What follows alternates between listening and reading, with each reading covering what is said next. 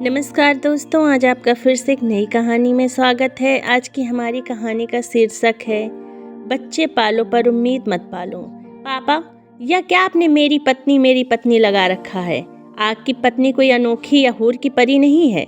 जब से आए हैं बस एक ही रट लगा कर बैठे हैं। हमने कहा था क्या माँ को जबरदस्ती हमारे साथ चलने के लिए? हमारे लाख मना करने के बाद भी माँ जबरदस्ती हमारी गाड़ी में आकर बैठ गई और मना करने के बाद भी नहीं उतर रही थी। बस जिद लगाकर बैठी थी कि मुझे बेटे बहू के साथ रहना है। तो मजबूरी में हमें माँ को गाड़ी से धक्का देकर उतारना पड़ा। तो क्या गलत किया? अब बुढ़ापे में उनका बोझ कौन उठाएगा? राम सुख जी खींचकर एक तमाचा छोटे बेटे के गाल पर चढ़ा और गुस्सा करके बोले, तुम्हारी हिम्मत कैसे हुई मेरी विमला जी के साथ ऐसा करने की? तो छोटी बहू तमक कर बोली, पापा जी आपको शर्म नहीं आती? साधुसुदा बेटे पर हाथ उठाते हुए भूलिए मत, अभी आपके बेटे से ज़्यादा मेरे पति हैं। इन पर अब आप दोनों का कोई अधिकार नहीं। अरे आपको पता भी है आज ये कितने बड़े आदमी हैं? अरे आप जैसे लोग इनके पैरों में गिड़गिड़ा कर भीख मांगते हैं, तो आपकी क्या औकात है? तभी एक झन्नाटेदार तमाचा बहू के गाल पर पड़ा। विमला जी ने आज पहली बार किसी पर हाथ उठाया था। अपनी पत्नी का साहस देखकर सुखराम जी की आंखों में चमक आ गई। विमला जी गुस्सा कर बोली, खबरदार बहू, अगर मेरे पति का अपमान करने की कोशिश की तो, और जब हमारा तुम लोगों पर अधिकार ही नहीं रहा तो किस मुंह से अपना हक मांगने चले आए हो? मैं नहीं दूंगी तुम्हें एक फोटी कौड़ी भी। आप जाओ सड़क पर भीख मांगो। या माँ का ऐसा रूप देखकर चारों बेटे बहू सन्न रहकर खड़े हो गए। विमला जी बड़ी बहू से बोली, क्या कह रही थी तुम बहू?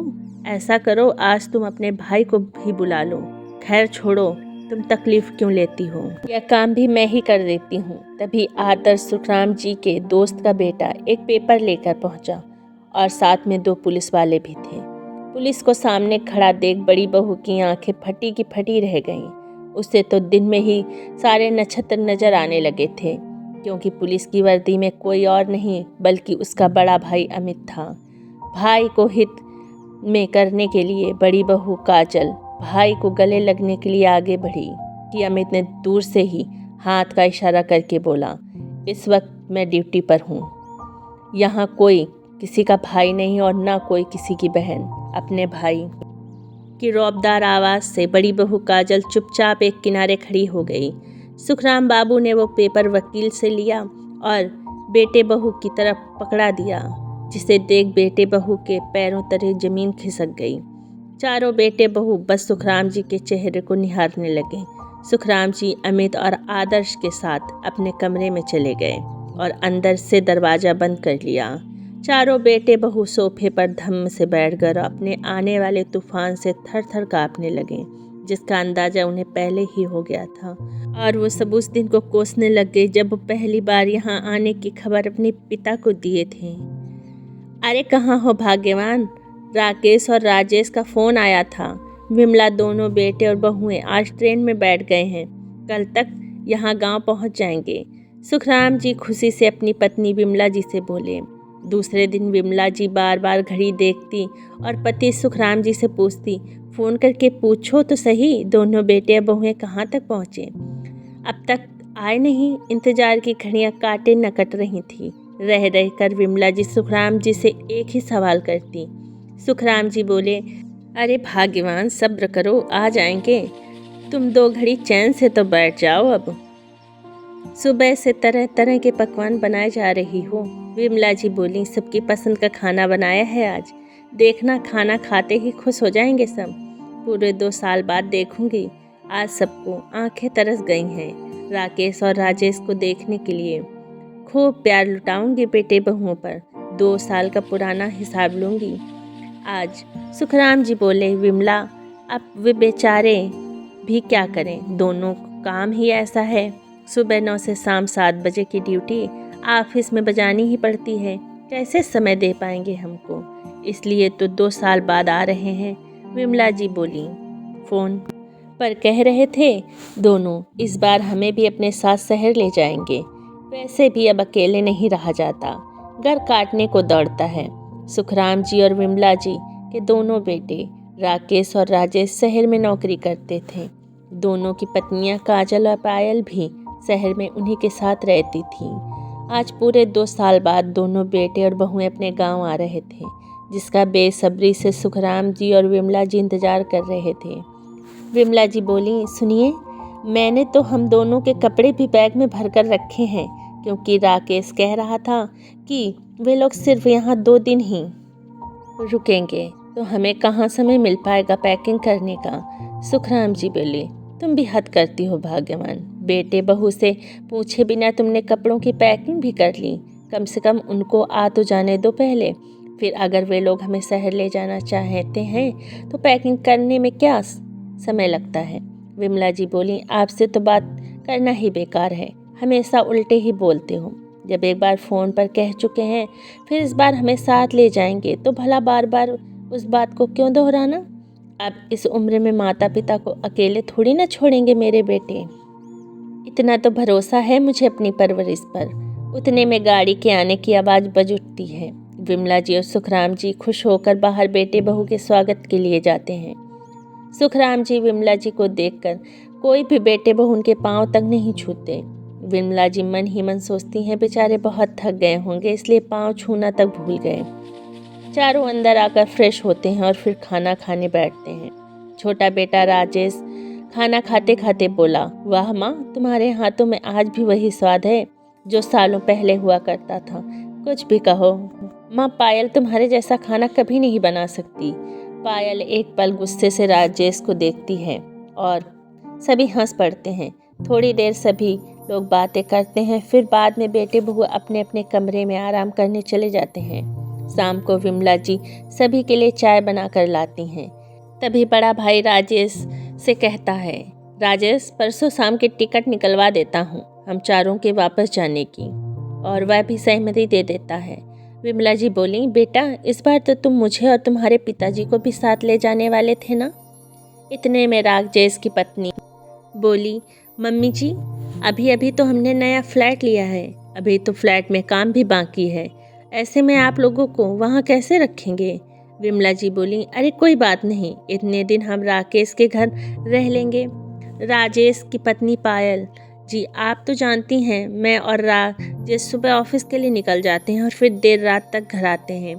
अभी कि हम कुक और मेड लगा सकें। मेरे घर में तो राशन का भी सामान जमा नहीं रहता है, और ऐसे में आप बूढ़े लोगों के खाने पीने का ध्यान मैं कैसे रख पाऊंगी। हम दोनों तो कुछ भी खाकर गुजारा कर लेते हैं, मगर आप लोगों को तो कुछ भी नहीं खिला सकते ना। राकेश और राजेश ने भी अपनी पत्नियों की बात में सहमति दिखाई और बोले, मम्मी जी, पापा जी, अभी हम लोग खुद ही वहाँ सेट नहीं हुए हैं, ऐसे में आप लोगों को वहाँ ले जाकर कोई मतलब नहीं है। आप शायद जानती नहीं, शहरी जीवन आसान नहीं होता। यह सब सुनकर विमला जी रोने ही लग गईं और बोली, बेटा, तुम लोगों के बिना मेरा यहाँ दिल ही नहीं लगता, खाली घर मुझे काटने को दौड़ता है। हम दोनों बूढ़े तो बस तुम लोगों के साथ रहना चाहते हैं। अभी तो शरीर में इतनी ताकत है कि मैं घर का सारा काम भी कर सकती हूँ। उनकी बात सुनकर बेटे बहुओं ने कोई प्रतिक्रिया नहीं दी। काजल अपने कमरे में जाकर राकेश से बोली, यह बुढ़िया तो पीछे ही पड़ गई है शहर आने के लिए, मगर मैं कह देती हूँ, मुझसे इसकी सेवा चक्री नहीं होगी। तुम तो जानते हो वहाँ अकेले हमारी कितनी अच्छी लाइफ है। राकेश बोला, हाँ, तो मैं भी कौन सा उन्हें अपने साथ शहर लेकर जाने को तैयार हूँ। दूसरी ओर पायल भी कहाँ चुप रहने वाली थी।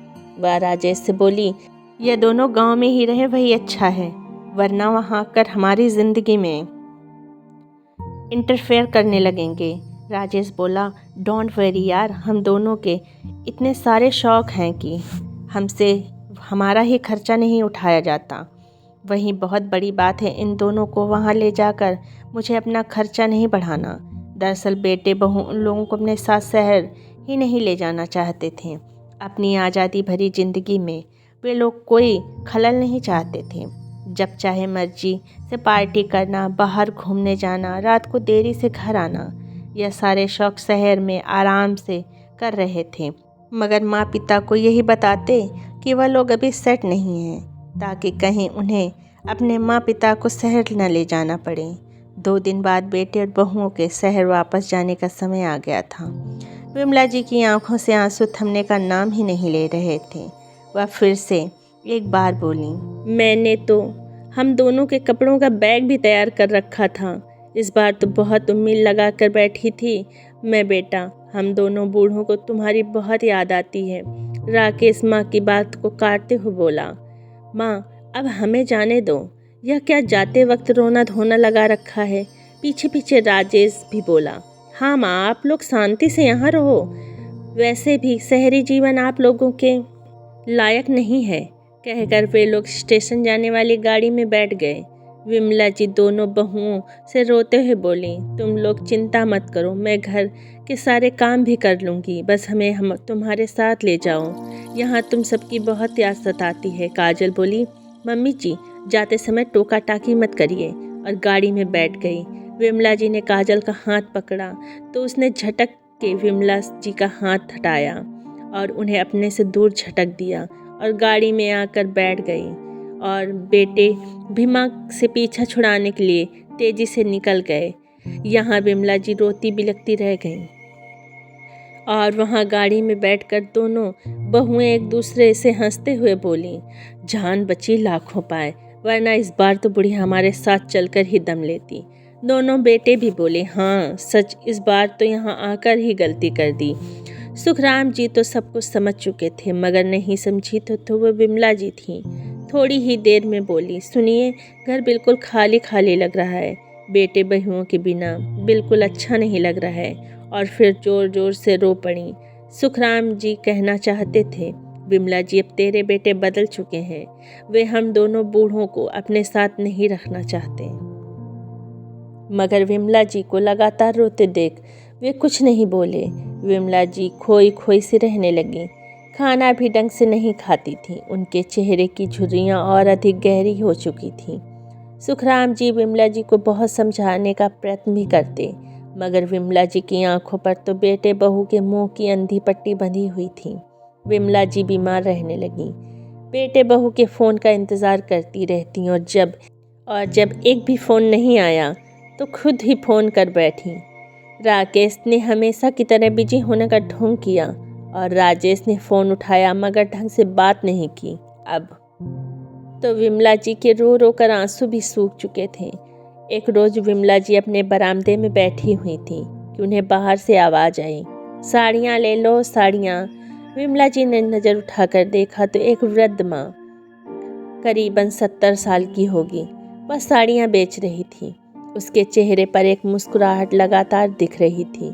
उसे देखकर मानो ऐसा लग रहा था जैसे वह अपनी ज़िंदगी से बहुत खुश हो। विमला जी ने उसे बुलाया और साड़ियाँ देखने लगी। विमला जी बोली, आप इस उम्र में भी घर घर जाकर साड़ियाँ क्यों बेच रही हैं? क्या आपका कोई नहीं इस दुनिया में? 72 वर्षीय वृद्ध महिला पहले तो हंसी, फिर बोली, बहन, मेरे 4 बेटे हैं जो शहर में रहते हैं। अपना पेट काट काट उन्हें पढ़ाया लिखाया, शहर में नौकरी लगते ही उनकी शादियां भी करवाईं, मगर अब चारों में से किसी के घर में मेरे लिए कोई जगह नहीं। पति का साथ भी जवानी में ही छूट गया था। ऐसे नालायक बेटों पर आश्रित रहने से बेहतर है मैं छोटी ही सही मगर अपना व्यवसाय शुरू करूं। घर घर साड़ियाँ बेचने जाती हूँ, उससे मेरा खर्चा भी निकल जाता है और 4 लोगों से मिलकर थोड़ा हंस बोल भी लेती हूँ तो दिल को भी सुकून मिल जाता है। विमला जी को इस वृद्ध महिला की बातें सीधे दिल पर लग गईं।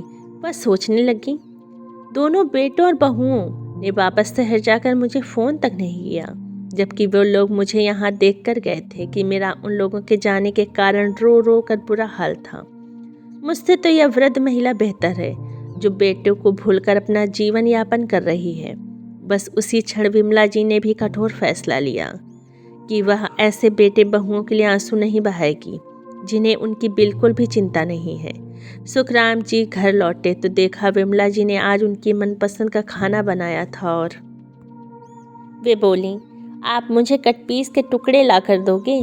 मैं अपना खुद का व्यवसाय शुरू करना चाहती हूँ। सिलाई कढ़ाई में तो विमला जी बचपन से ही निपुण थीं। सुखराम जी को विमला जी को खुश देखकर बहुत खुशी हुई और वे बोले, विमला, तुम में यह बदलाव कैसे आया? विमला जी ने उस वृद्ध महिला से मिली सीख सुखराम जी को बतलाई। तब सुखराम जी बोले, विमला, मैं तो यह पहले ही समझ चुका था, जो बात तुम्हें देरी में समझ आई, क्योंकि तुम बेटे बहू के मुंह में अंधी हो चुकी थी। खैर, देर आए दुरुस्त आए, कहकर वे विमला जी के लिए कटपीस के टुकड़े लाने चले गए। यहाँ विमला जी ने सिलाई कढ़ाई कर अपने हुनर को अपना हथियार बना लिया और धीरे धीरे उनका व्यवसाय जोरों से चलने लगा। विमला जी अब अपने व्यवसाय में इतनी व्यस्त हो गईं कि उन्हें बेटे बहुओं को याद करने का भी समय नहीं था। वहाँ शहर में राकेश और राजेश, उनकी पत्नियाँ, आज मिले तो राकेश राजेश से बोला, भैया, रोज़ यह 9 से 7 की नौकरी करके थक गया हूँ और महीने की वही नॉर्मल सैलरी जिसे अब गुजारा भी नहीं होता। राकेश बोला, राजेश, तूने तो मेरे मुंह की बात छीन ली। मेरा भी कुछ यही हाल है। मैं भी यही सोच रहा था, क्यों ना हम दोनों मिलकर कोई व्यवसाय करें जिससे आमदनी बढ़ सके, मगर व्यवसाय करने के लिए ज़्यादा पैसे चाहिए होंगे। वाह, कहाँ से आएंगे? राजेश की पत्नी पायल बोली, अरे गांव में आपके माँ पिताजी इतने बड़े घर में रह रहे हैं, वह घर कब काम आएगा? उस घर को बेच देते हैं, उससे जो पैसा आएगा उससे आप लोग नया व्यवसाय शुरू कर सकते हो। राकेश और राजेश को भी यह तरकीब सही लगी। वे लोग गांव पहुंचते हैं। गांव जाकर जब अपनी माँ का नया व्यवसाय देखा तो चारों बहुत आश्चर्यचकित हुए। राकेश की पत्नी काजल बोली, जब हम लोग यहाँ से गए तो बुढ़िया ऐसे रो रही थी जैसे हमारे बिना मर ही जाएगी, और यहाँ देखो तो अपना नया कारोबार कैसे जमा बैठी है। पायल बोली, चलो बुढ़िया के पैरों में गिर जाते हैं, शायद बुढ़िया हमें माफ़ कर दे। विमला जी पीछे से अपनी बहुओं की बातें सुनकर बोली, इसकी कोई ज़रूरत नहीं, तुम लोग चिंता मत करो।